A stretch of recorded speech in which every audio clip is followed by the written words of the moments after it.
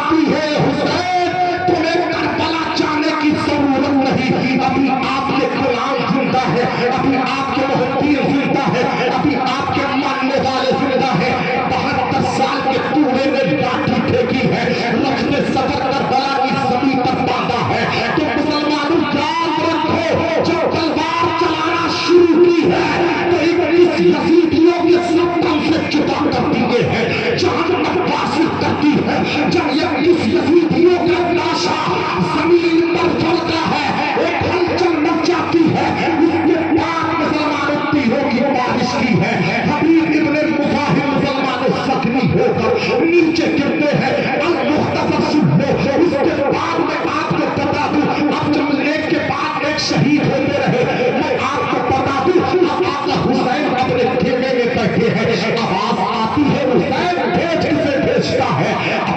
अभी आका हुसैन ने फैसला नहीं किया था, इतने में अली अकबर 18 साल के पीछे से आते हैं, अपने बाप हुसैन के कांधे पर हाथ रखकर कहा, ए मेरे पापा, जिसकी जवान औलाद घर में हो उसके बाप को चोरी में जाने की जरूरत नहीं। ए हुसैन, अभी आपका लाल अली अकबर जिंदा है, कहा बेटा जाओ तैयारी करो, हम मुसलमानों। अभी अकबर ने आवाज दी है, ए मेरी माँ, मुझे दूल्हा बना दिया जाए। इतना कहा तो आंसू माँ के गिरने लगे। ए मेरे लाल, क्या कहते हो, दूल्हा बना दिया जाए? कहा हाँ माँ, मुझे निकाह का दूल्हा नहीं बनना है, मुझे करबला का दूल्हा बनना है। सब मिलकर कहते या हुसैन, का दूल्हा बनना है। अम्मा रोती जा रही है, कपड़े पहना रही है। कहा बेटू, कहा माँ, अगर कोई सफेद लिबास है तो मुझे पहना दो। कहा मेरे लाल वो क्यों? कहा मैंने पापा हुसैन से सुना था कि तुम्हारे नाना को सफेद लिबास बहुत पसंद है। इतना कहा तो सफेद कपड़े पहनाए हैं। पहनाने के बाद आवाज दी है, नबी के घराने की खवातीन हो, जब तमाम सुनो, देखो मेरा अली अकबर कैसा लग रहा है।